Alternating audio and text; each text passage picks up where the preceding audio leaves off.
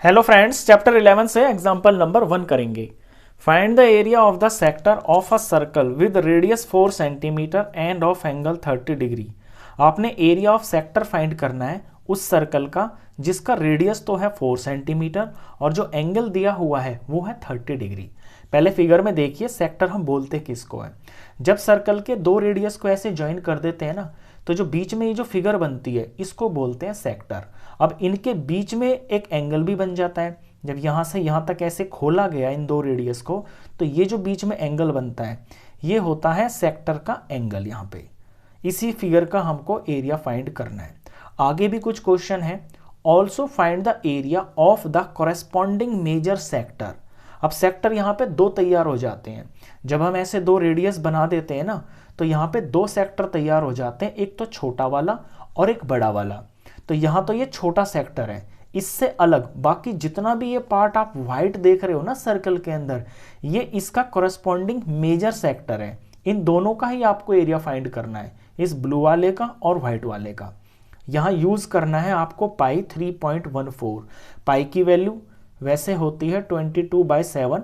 अगर कहीं स्पेशली लिखा हो तो फिर आप वही यूज करोगे जो आपको यहाँ पे दिया हुआ है। तो पाई की जगह यहाँ 3.14 का यूज करना है।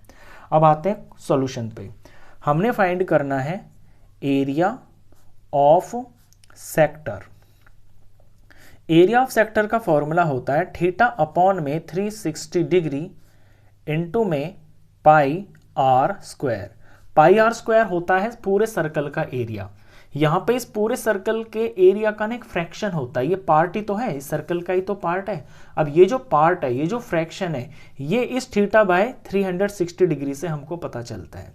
अब यहाँ पे जो थीटा है ये दिया हुआ है 30 डिग्री का, और R for radius, radius question में दिया हुआ है 4 सेंटीमीटर। बस यहाँ पे वैल्यू हम फिल करेंगे, हमारा आंसर आ जाएगा। तो थीटा की जगह तो लिखेंगे 30 डिग्री, अपॉन में 360 डिग्री है।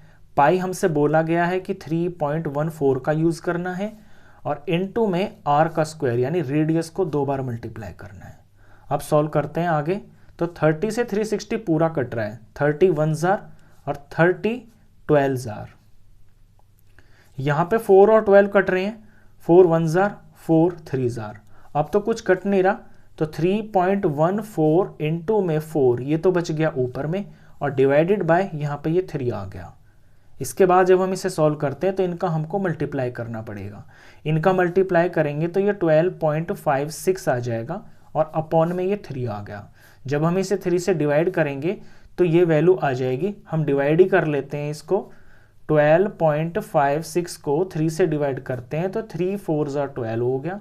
फिर यहाँ पॉइंट आ गया, इसके बाद ये 5 उतर गया, 3 1 ज़ा 3 हो गया, और यहाँ 2 आ गया, और ऊपर से ये 6 आ गया।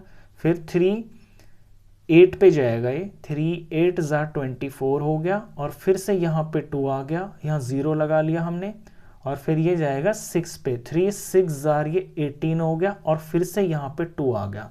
अब ये 6 जो है ना बार बार आता रहेगा, तो इसको मैं राउंड ऑफ करके लिख सकता हूँ। 4.1 के बाद यहाँ 8 है ना, तो 8 के बाद 6 आ रहा है, तो इस 8 की जगह मैं 9 लिख सकता हूँ। तो 4.19, और ये अप्रॉक्स में आंसर है।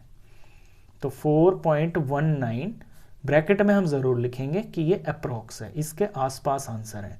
ये एरिया है ना, तो यहाँ पे आपको सेंटीमीटर स्क्वायर भी लगाना है। मैं यहाँ दोबारा से लिख देता हूँ, 4.19 सेंटीमीटर स्क्वायर अप्रॉक्स। तो ये तो हमने क्वेश्चन का एक पार्ट सॉल्व कर दिया, इस सेक्टर का एरिया फाइंड कर दिया जिसका यहाँ पे हमें थीटा दे रखा है 30 डिग्री। अब हमसे इसके कॉरेस्पॉन्डिंग मेजर सेक्टर का भी एरिया फाइंड करना है। देखिए, छोटा वाला सेक्टर मिलकर और बड़ा वाला सेक्टर मिलकर पूरा का पूरा सर्कल बनता है। तो अगर पूरे सर्कल में से मैं ये छोटा वाला सेक्टर फाइंड, छोटा जो सेक्टर जो अभी हमने फाइंड किया है, इसे अगर मैं माइनस कर देता हूं तो इसका ये जो मेजर सेक्टर है इसका मेरे को एरिया पता चल जाएगा। अब हम निकालते हैं सेकेंड पार्ट के लिए कि एरिया ऑफ कॉरेस्पॉन्डिंग सेक्टर। इसके लिए मेरे को एरिया ऑफ सर्कल में से, एरिया ऑफ सर्कल में से माइनस करना पड़ेगा एरिया ऑफ ये वाला सेक्टर जो हमने फाइंड किया है। तो एरिया ऑफ सर्कल होता है पाई आर स्क्वायर, और एरिया ऑफ सेक्टर ये तो हमने फाइंड कर ही लिया है, तो इसकी तो वैल्यू हम डायरेक्ट लिख देते हैं 4.19। यहाँ पे एरिया फाइंड कर लेते हैं सर्कल का।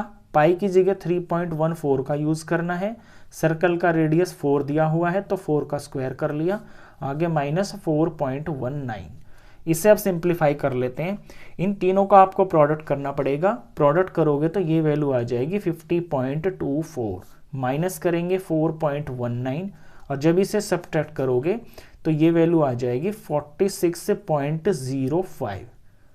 अब पॉइंट के बाद यहाँ 05 है, आप इसको जो है नियरेस्ट लिख सकते हो, तो इसको आप 46.1 भी लिख सकते हो। जब हम राउंड फिगर करते हैं तो अगला नंबर अगर 4 तक है तो हम पिछला ही लिखते हैं, लेकिन अगर 5 और 5 से आगे आ जाए तो यहाँ पे नंबर बढ़ जाता है। तो 05 को हम, ये सिर्फ 5 लिखा हुआ है ना, पॉइंट के बाद सिर्फ 5 लिखा है, तो इसको हम पॉइंट के बाद 10 लिख सकते हैं। और पॉइंट के बाद अगर कोई नंबर है और उसके आगे 0 तो उसकी वैल्यू नहीं होती, तो 46.1 हम इसको लिख सकते हैं। और ये एरिया है तो ये सेंटीमीटर स्क्वायर हो गया। क्वेश्चन खत्म।